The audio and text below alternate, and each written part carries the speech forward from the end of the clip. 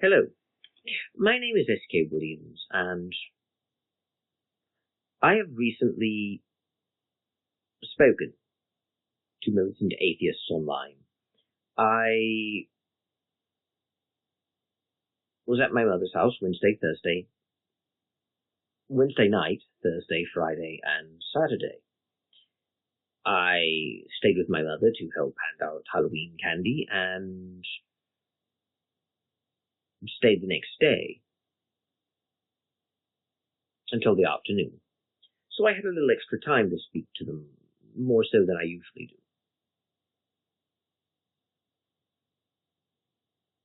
Here's the thing about it, though.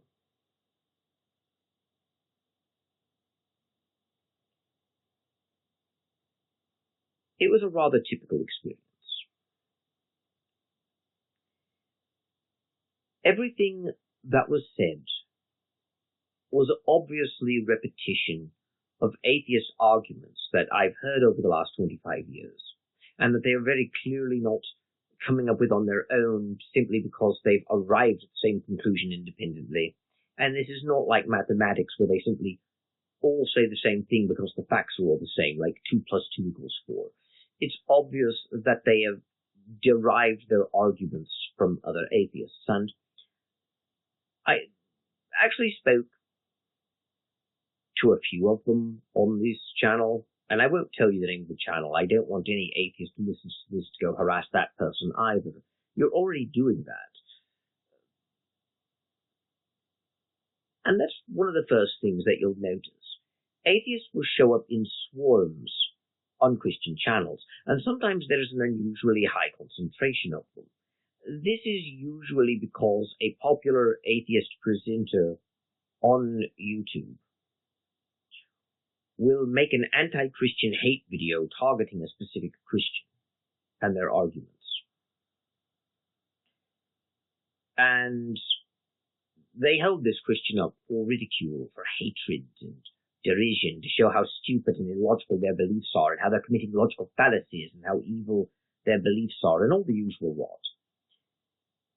And of course, their audience will listen to the video and cheer and laugh and make fun of the Christian, and then large portions of them will go to the video that was being mocked by the presenter and start commenting in the comment section, attacking the presenter of the Christian video using exactly the same arguments that the presenter from the atheist video that they had watched used. And most of the time they don't bother actually watching the Christian video, they simply attack. But therein lies the point. At this stage of the evolution of the atheist movement, most of the atheists you're talking to don't actually understand what they're talking about. And that's always been true to a degree, because even though it's rather common for them to say that they used to be Christians, they know Christian theology, most of them say that, and most of them will even say that they were devout Christians who were deeply dedicated, and it's obvious that this isn't really true and that they don't really know what they're talking about. But at this point, they don't even understand the atheist arguments, which means that laying aside whether what they're saying about Christianity is accurate or not, even accepting the premise that what they're criticizing is what Christians say and what they believe, it's obvious that they're giving you shallow recitals of atheist arguments that they themselves don't understand, that's handed down to them third hand. And they're tattered, and they have the holes in them, and there's gaps in their awareness. Part of what I mean can be illustrated by the fact that I spoke to one atheist who brought up a rather common argument, but he got basic parts of it wrong, so wrong that I didn't at first realize he was making that same argument. And that's because he said that we have proven that sin doesn't exist. And at first I thought he was being a typical atheist and invoking the idea that sin by definition is offending a god and gods don't exist, therefore sin doesn't exist. But when he spoke, it became obvious that that's not what he meant, because he said that Jesus died on the cross because of Adam's sin, and he mentioned how Adam sinned, and that's what got passed on to us. It was obvious that he was talking about original sin and not just sin in general, from what he was saying. Because it's very common for atheists to say that without original sin, there would have been no point for Jesus to have died on the cross. And that's what this bloke was saying. Except instead of saying without original sin, there would be no point for Jesus to die, he said without sin, there would be no point for Jesus to die. And we know sin doesn't exist because Adam and Eve didn't exist. And if Adam and Eve didn't exist and we evolved from other animals, that means that Jesus couldn't have died on the cross to get rid of sin. The thing about that is, even if Adam and Eve not existing would get rid of original sin, it doesn't get rid of the concept of sin, because the concept of sin, even from the atheist definition where it's offending a god, can exist even if Adam and Eve didn't exist and even if we evolved. It's obvious when he was talking about sin, he was talking about original sin. But he didn't seem to know or make the distinction. And of course he made a lot of bizarre assumptions that all Christians were creationists and that all Christians believed in original sin. Neither of these are actually true. And of course he repeated other silly nonsense like the Exodus never happened. It was fiction. The Exodus never happened. There's no evidence that it happened. And this is because atheists get their arguments from 19th century sources.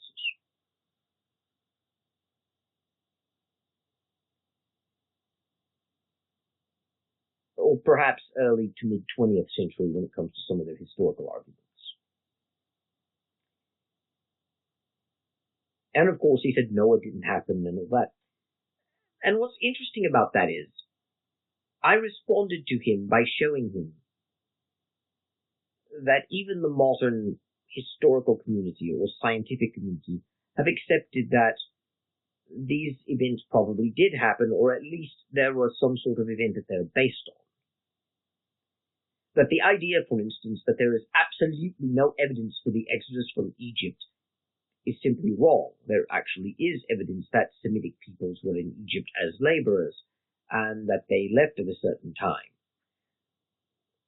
We have two different groups that people look at as either one group was the Hebrews or the other, or perhaps both groups were and they merged together.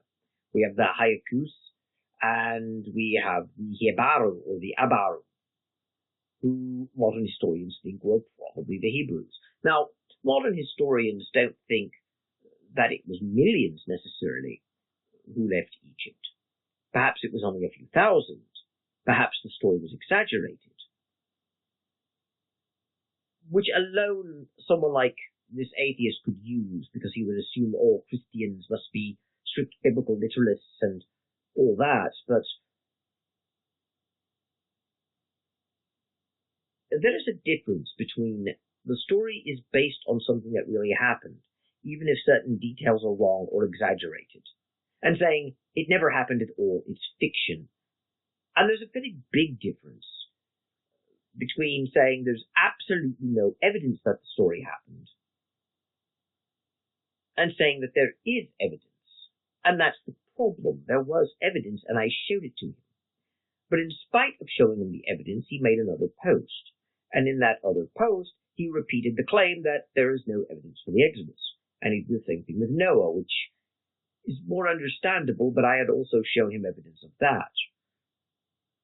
There actually is evidence of a large-scale flood in the Middle East some time ago, I think around 10,000 years ago, if I remember right. I don't have internet right now, so I can't look it up.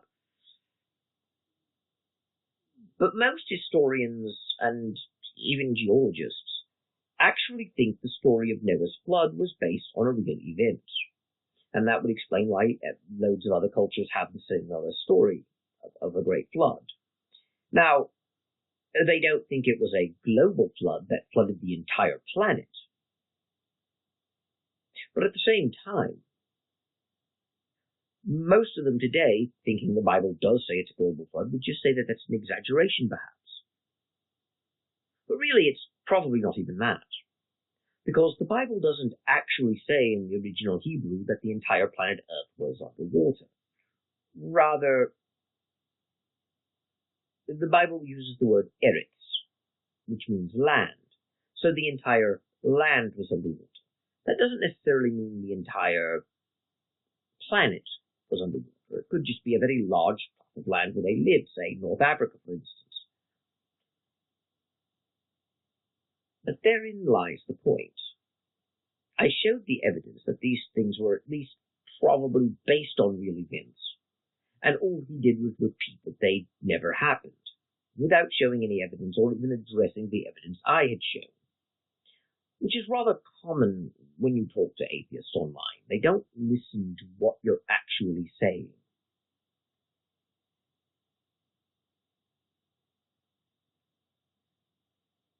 And I do believe the person I was speaking to was a teenager, because he tried very hard to give himself credibility. And he tried to give himself credibility by claiming to hold a master's degree in biology. If he genuinely does have a master's degree in biology and is not just a teenager online making that up, I feel very disturbed by the state of our academic world. His arguments were vapid. All he did was repeat a few stale talking points.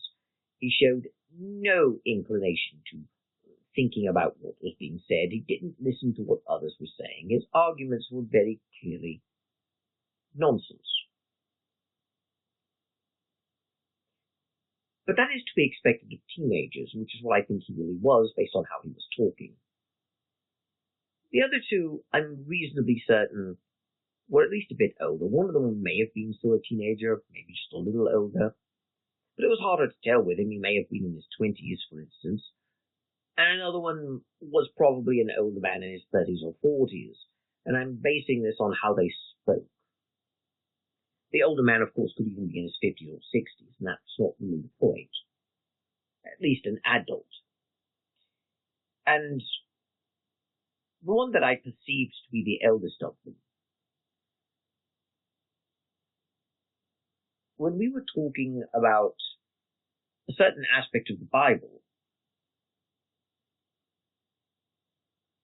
and he was trying to down Christians with how immoral they were, and I pointed out how his arguments weren't valid, he decided to bring up Donald Trump and how I, since he was responding to my post, can find fault with these other group of people, these atheists making their fallacies, but I'll never find problem with my savior Trump. He just assumed that I not only voted for Trump, but I'm a MAGA hat-wearing right-wing fascist who, of course, worships Trump as some sort of new messiah. Well, the truth is, I didn't vote in the last election, and even if I had, I probably would have voted for Trump, but not because I worshipped him, but simply because he would have been better than Kamala Harris. Especially considering liberty of word is one of my primary criticisms, especially after having been banned for 7 months on YouTube before they decided to bring creators back. Kamala Harris would have simply maintained the new state of things where they were censoring conservative thought. And bear in mind, until they really started doing that to me, I wasn't deeply invested in the political discussion. I would talk about it sometimes because it's important, it's newsworthy, and it affects us. But I'm much more animated by it now because there is a danger. Progressives around the world are attempting to destroy liberty of word while telling us we have liberty of word.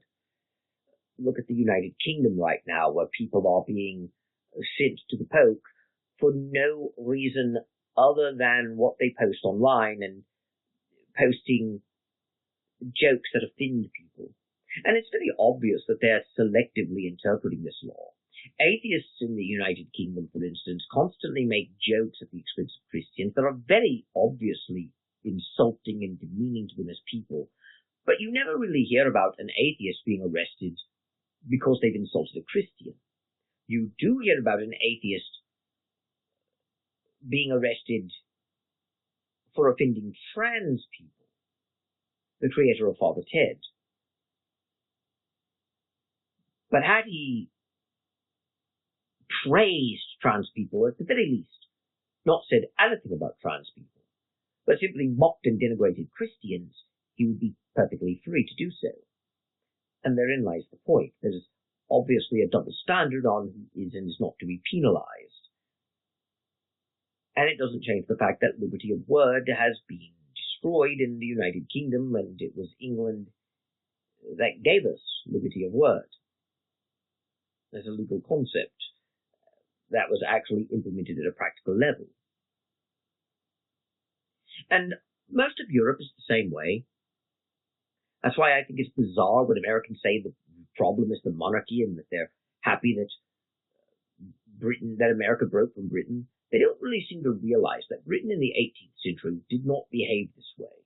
And the reason people are behaving this way now is largely because of philosophical influences, many of which came from the United States. Now, I'm not blaming America's founding fathers directly, but the reason Britain is the way it is today is because we live in a world after the American Revolution and after the Enlightenment and after certain other ideas took root and commutated into this. So it would be bizarre to assume that had America not fought a revolution and stayed with Britain, that we would have exactly the same conditions, only that they would be as bad as America as it would be in Britain. And do keep in mind, America was on the same road, it was just slower to get there. America does not have liberty of word under the Biden administration, for example. That's what we were talking about with the Shore airship that we saw on the various platforms and social medias. But at the same time, the conversation that I was having had nothing to do with Donald Trump. And ultimately, I'm a monarchist who actually thinks monarchism is a better form of government. There's more to it than just wanting a king, and certainly I don't want just a dictatorship and a tyranny, which is what people are associating kings with now. Look at the No Kings protests. But he just made this bizarre assumption and made it about a totally different topic. Because even if I was a MAGA hat-wearing right-wing Republican, that would mean absolutely nothing to the discussion we were having. And I believe it was the same bloke. It may have been someone else. It may be that there are 4 of these people instead of 3 that I'm talking about. Who, when I pointed out that Jesus was not really a false prophet, and that the Olivet discourse that supposedly has him predicting the end times and his second coming would happen in the lifetime of the disciples, he was actually talking about the destruction of the temple and the creation of the church as his kingdom, as well as him being revealed as the Messiah and overcoming his enemies and overcoming the enemies of the world and uniting the world. I wrote a very long explanation about that, which I won't repeat entirely here. I'm just giving a summation. But I explained how the prophecy that people are taking as Jesus saying the end times and his second coming would be in the lifetime of the disciples was actually about the destruction of the temple, Jesus being revealed to be the Messiah, Jesus conquering his enemies and building his kingdom and reigning, and that it's already been fulfilled, and that there's prophecy that is used to prove that Jesus was a failed apocalyptic prophet. was actually understood by the early church as proof that he was the Messiah, and was even used to convert people, especially Jews. The simple reality is,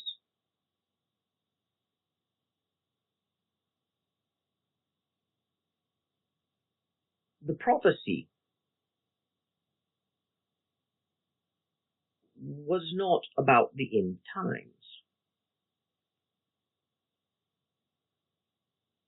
It was about the destruction of the temple, Jesus being revealed to be the Messiah and defeating his enemies, and the creation of his kingdom. And Jesus was revealed to be the Messiah on Palm Sunday. His conquest of his enemies was on the cross. And when he died and then he resurrected from the dead, by his resurrection he had conquered sin and death. At his ascension, he was proven to truly be the King of Kings and Lord of Lords. And at Pentecost, when the Holy Spirit came down, the church was founded at Pentecost. And that is when we saw the power and glory of the Lord. And we saw Jesus sitting at the right hand of the Father. We also saw that at the Ascension. And then, of course, in 70 AD, the temple was destroyed. The prophecy was fulfilled. I explained all of that. And his reply was to repeat, "This generation shall not pass away," and then to tell me that I need to come to terms with it being a false prophecy. And I had brought up that there was a line that no man knows the day or the hour. And he said that was just added to the text as a retcon to get away from Jesus having a false prophecy. And of course that argument makes no sense. And I told him it made no sense. And I told him it made no sense because if the people who are giving us the Gospels of Matthew, Mark, and Luke were willing to add a line to retcon Jesus' prophecy because it was obviously false and they needed to save Jesus' reputation from scandal somehow, why not just change the words of the prophecy themselves? Why leave the prophecy itself intact when Jesus is asked by his disciples when the end times and his second coming would be? When Jesus tells them that in this generation you'll see this, why not just change that line? You're going to add a line, but you left the entire prophecy intact before you did. Why? For that matter, you could say, "No man will know the day and the hour," instead of "this generation shall not pass away until they see these things." You could even change the entire prophecy. For that matter, you could remove the prophecy. If these people were willing to add a line to the text to retcon it, why not make a smarter decision in changing it? And his reply to me was that these happened to be the most popular Gospels and that's why they were chosen. Which doesn't really answer my question. I wasn't asking why they were chosen. I wasn't asking them why did the people who chose them to go into the Bible choose them if they had a false prophecy in them.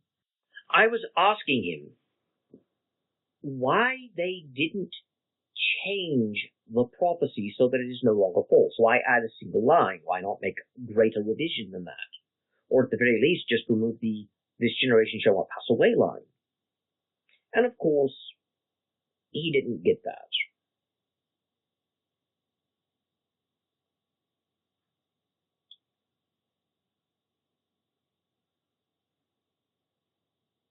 But that's what really got me, though.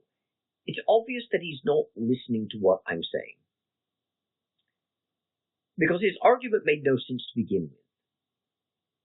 You can't respond to me saying that the prophecy that Jesus made was actually a fulfilled prophecy about the destruction of the temple and creation of the church, and then say, "This generation shall not pass away," to prove me wrong, because the prophecy was fulfilled within that generation. There were people who heard Jesus say that, who were still alive to see the completion of it.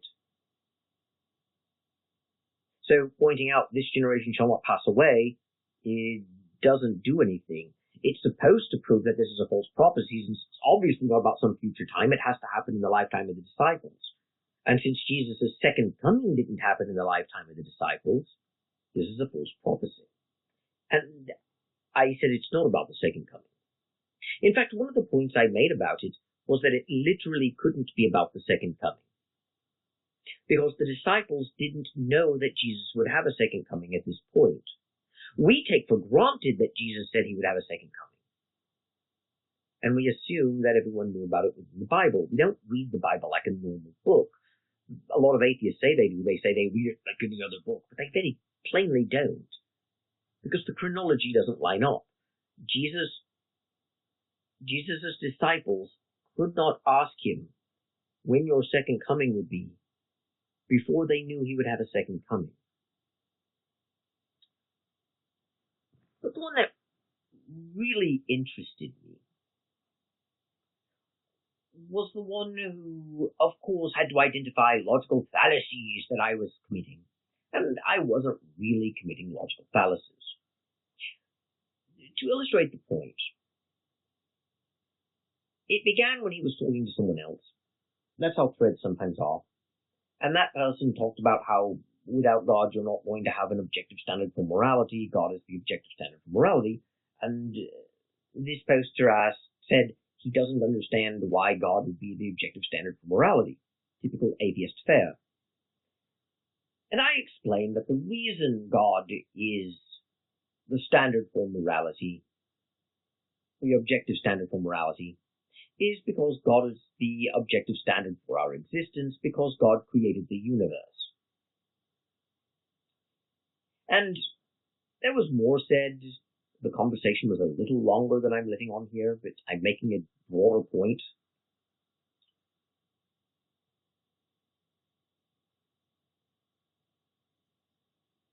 But essentially, my point was that God is the first cause, and he is uncaused. He's the uncaused cause. God created everything else. Everything else is contingent on God. You cannot appeal to anything as an objective standard for morality that did not originate with God. That God is, in fact, even the author of natural law. That without God, we would not exist. Without God, the laws of nature that we understand would not exist. There would be no gravity, for example. That God is the absolute essence of all existence. And I even brought up Futility, mentioning that God is the ground of being. And I discussed how God doesn't simply exist. God is existence. And everything else springs from God. And he ignored most of that, and I don't think he truly understood it. And he said a few other things, so did I. But his counter to that was to say that I'm claiming that God has a right to be God is an objective moral standard because God created the universe. Well, if I create a universe, does that make me the objective moral standard for that universe? My bet is that you'll say no and use some sort of and commit the special pleading fallacy to explain why. That I'm going to say that he is not the objective moral standard for that other universe he created. And my argument will be special pleading. And the reason is because the reason I say God is the objective moral standard is because he created our universe. So if he created a universe, he should be the objective moral standard too, but I would say no, therefore special pleading. Then I explained to him that he cannot create a universe. What's more, in the classical philosophical arguments, the word universe means one truth. And even though it's popular in our language and in our modern time to talk about other universes and to say we live in a multiverse, and in a multiverse there's many universes? When we are dealing with the classical philosophical argument, the word universe means everything that exists. The word universe does not refer to a single universe in a larger multiverse. It is referring to everything.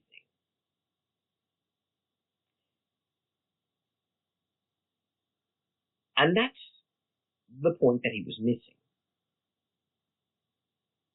Because God didn't just create this one universe, even though there's other universes out there. If the multiverse theory is true, which he can't really prove right now, as I'm making this recording, but even assuming the multiverse is true, well, then the multiverse would be the universe as far as the philosophical argument goes, because the philosophical argument is arguing about the creation of everything, not just the creation of this one universe. And ultimately, everything that we see around us is contingent on other things and the forces that shaped it, which is something he didn't understand when he talked about himself creating a universe. Because ultimately, when you think about it, even if he were able to create a universe in the sense he means, he did not do it alone. He had to be born from parents who had grandparents and all that, going further back with ancestry. The evolutionary processes that led to him wouldn't exist. The forces of nature that allow the evolutionary process to happen would have to exist. The universe around him has to exist and have a history that brings him to the point where he can create a universe.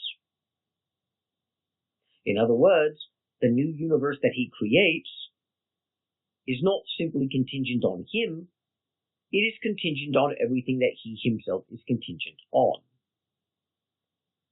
That's why if I went back in time and killed someone's grandfather before he fathered his father, that person would not be born. You can't take away a link of the chain. And that's what makes it a completely ridiculous argument.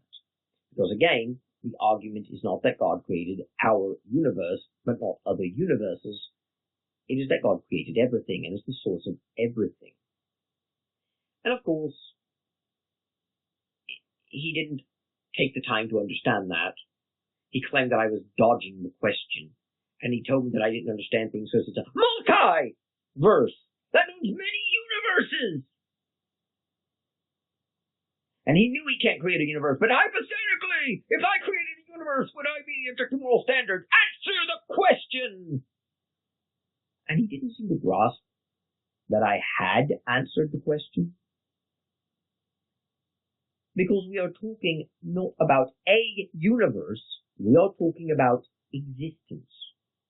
With God being the ground of being, the foundation from which all other existence comes.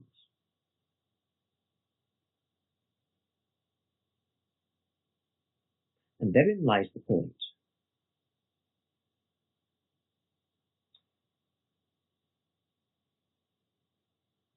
He did not grasp a very simple concept. And when I told him this, he fixated on the fact that I told him he was using the wrong definition of the word universe. And he accused me of a logical fallacy. The logical fallacy he accused me of was argument by dictionary, where I assert that there's only one valid dictionary definition of a word, and that this is wrong, and that I should be open to other definitions, and that trapping the word universe by only the traditional philosophical definition is wrong, and I should consider the other definition he's using.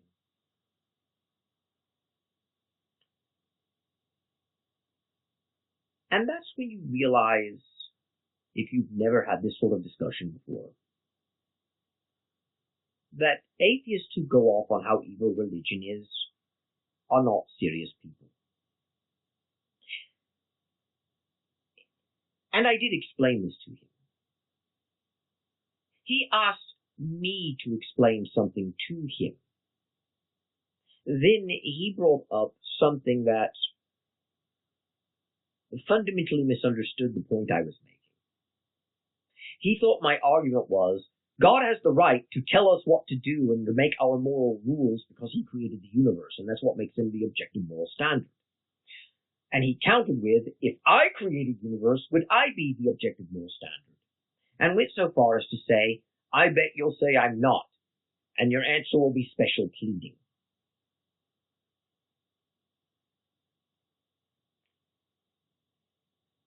In his mind, when I talk about God creating the universe, I'm only talking about God creating this universe we're in, and not the other universes in our multiverse. The multiverse that, again, he can't even prove exists.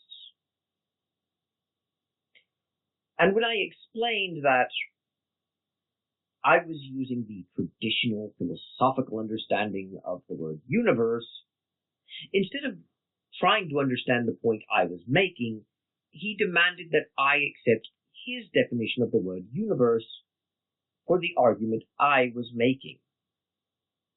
Of course, he also found fault with me for not doing so.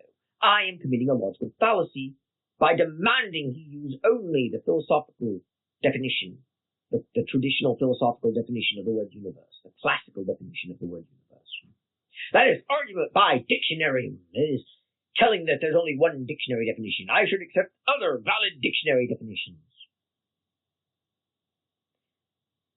But accepting his definition of universe, which he never actually provided, but obviously he thinks a universe is not really the collection of everything. There's actually more than one universe, and we live in a multiverse, or as he put it, multiverse. Well, by applying his definition to my argument, you fundamentally change the nature of the argument. And I quite agree with him that my argument is incoherent and logically flawed if we apply the definition he was using, or at least seemingly so. Because again, he didn't give a clear definition, just a sense of it. But the problem is,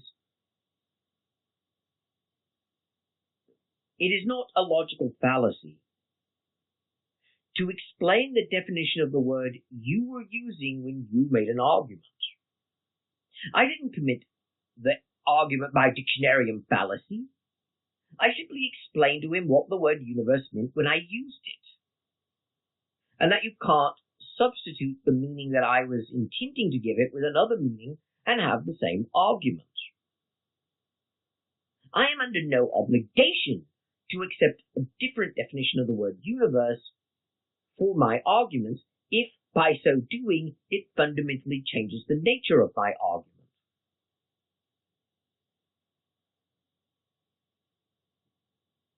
And that is what he demanded. He demanded that I fundamentally change the nature of my argument.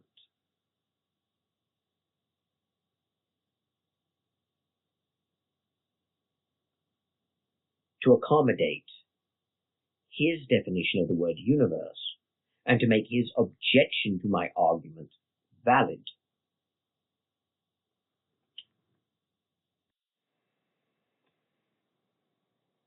It is blindingly obvious that I didn't really commit a logical fallacy in my argument. I simply told him what the term I was using meant.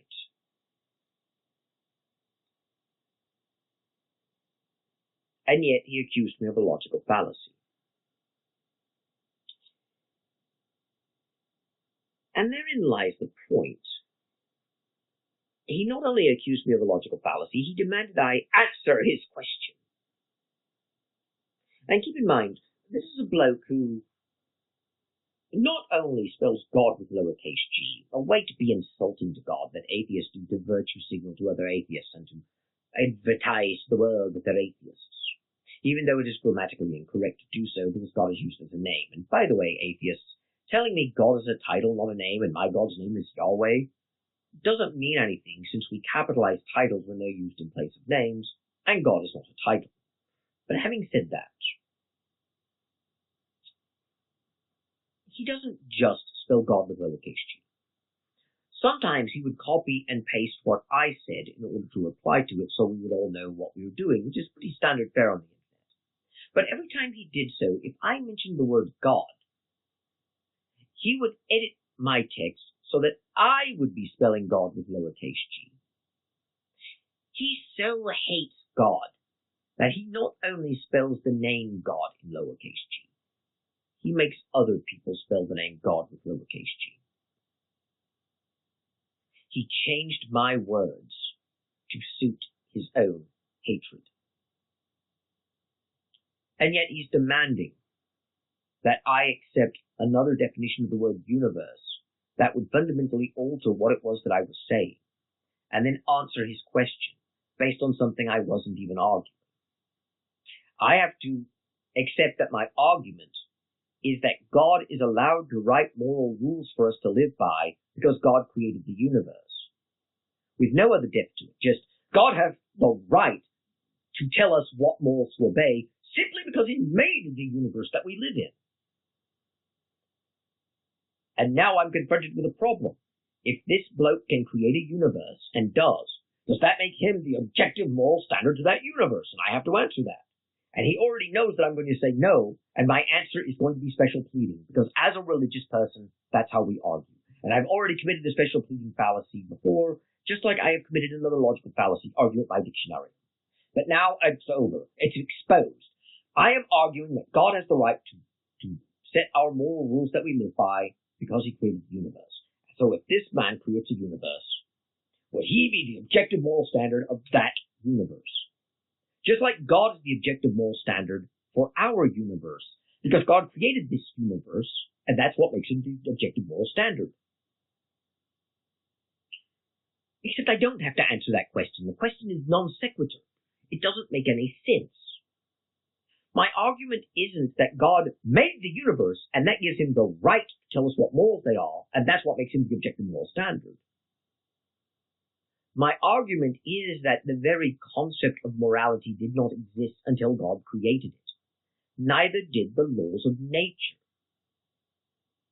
The universe, as we understand it, works the way it does because God told it to.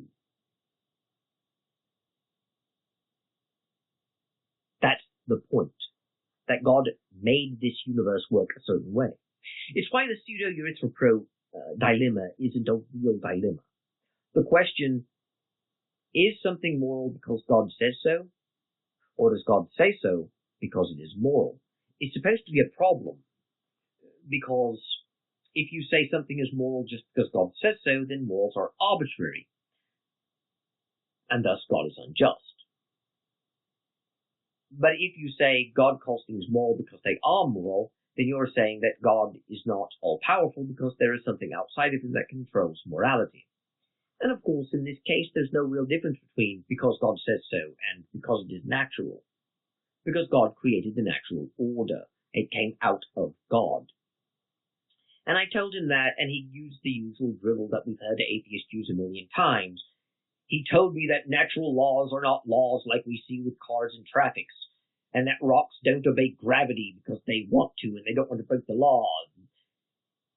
Acting basically like I'm an idiot. And that when I talk about natural laws, I think that they're a form of legislation, that God got behind a desk and wrote on a piece of paper a bunch of rules and everything in the universe just decided to obey it. Because I'm a stupid theist and I think that the laws of nature are literal laws. And he also told me, the Bible is not natural law. I never said the Bible was natural law. And I know that natural law isn't just legislation that things obey. And I never argued otherwise. I know it's popular for atheists to say theists think the laws of nature, think that the laws of nature are just legislation that God wrote. But no one thinks that.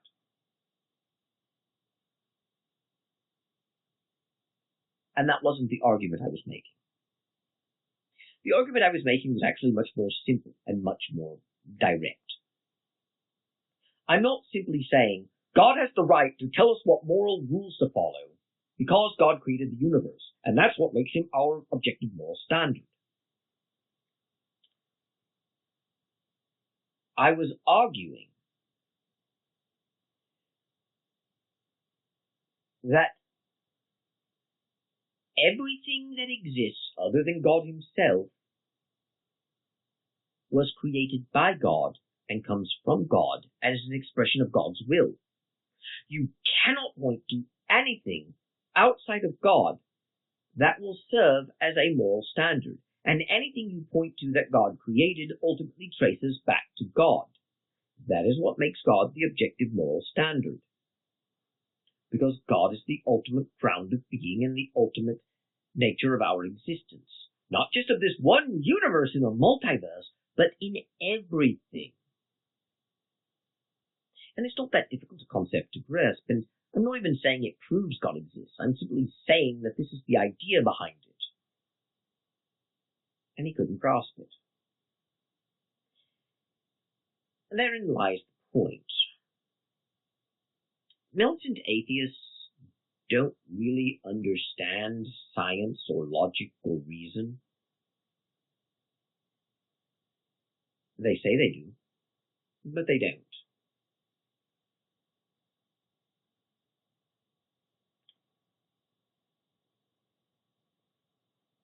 And they're not really basing their arguments on science and reason. They're basing their arguments on emotion. They're basing their arguments on a desire to feel superior to Christians, not religious people, that's what they say, but just to Christians. Keep in mind, they've made a religion out of what they think an atheist should be. And me saying that's not the same thing as me saying a mere lack of belief in a God is a religion. But atheism isn't a mere lack of belief in a God. It's a belief that no gods exist. And atheists do claim that God doesn't exist and we live in a material universe. They just don't want to accept the burden of proof because they don't really have any evidence for their claims. But having said all that,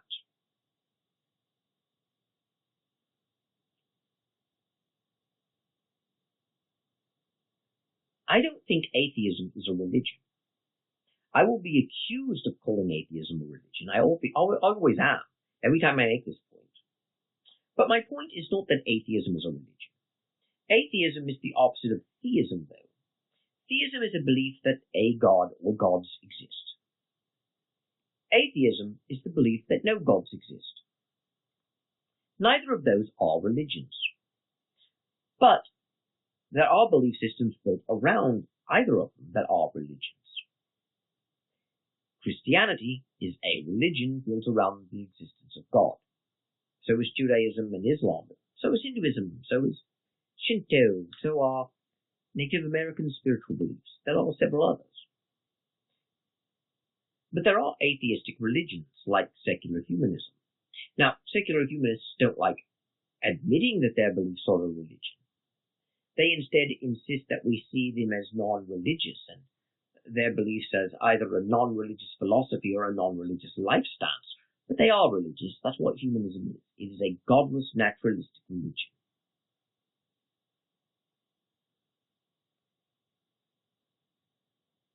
And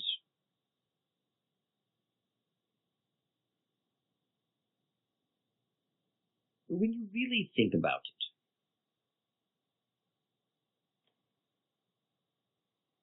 when we have atheist organizations that are tax exempt, like meddle in politics, even when that was illegal under the Johnson Amendment,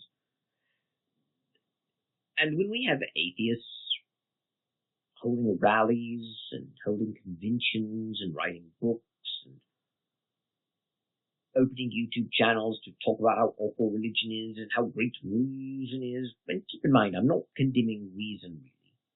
But I am condemning the atheist idea that reason is exclusive to atheists, that they have some sort of monopoly on reason. They don't. In fact, atheists aren't rational. They rely on childish insults and superficial understandings of what you're saying. But that's the whole point. This bloke did not understand even the most basic of ideas that I presented.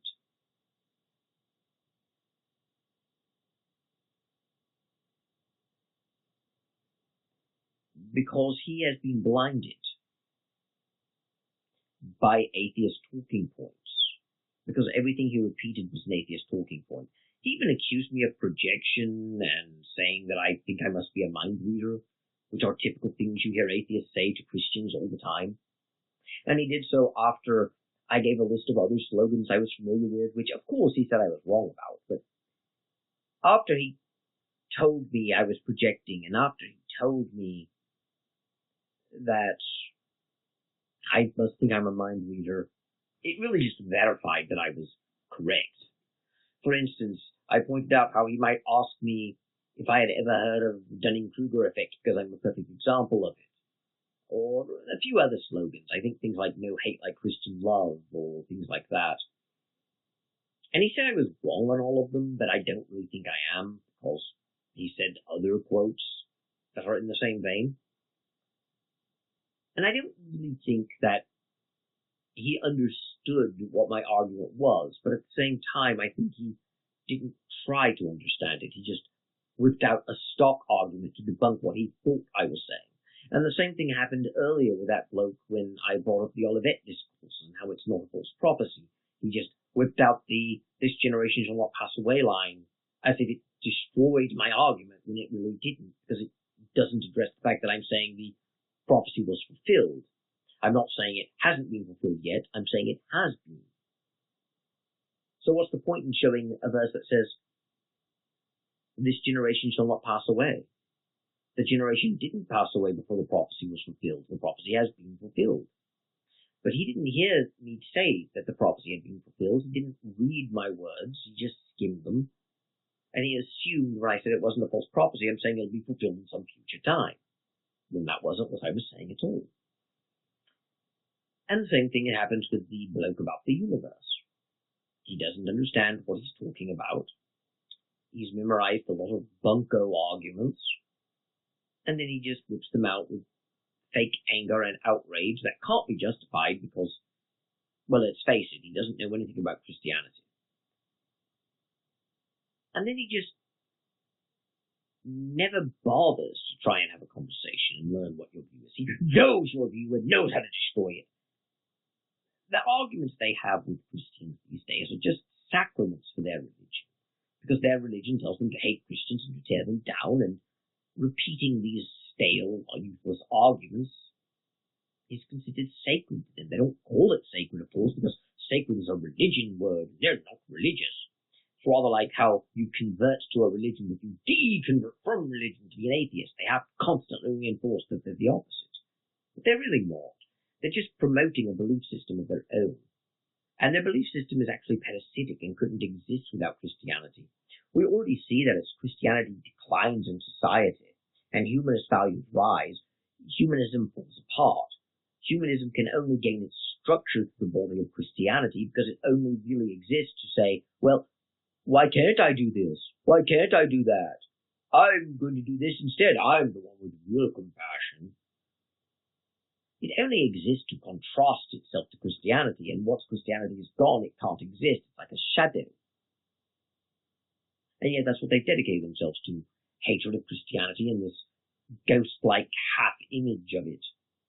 A gutted Christianity without Christ that would collapse as soon as Christianity goes away.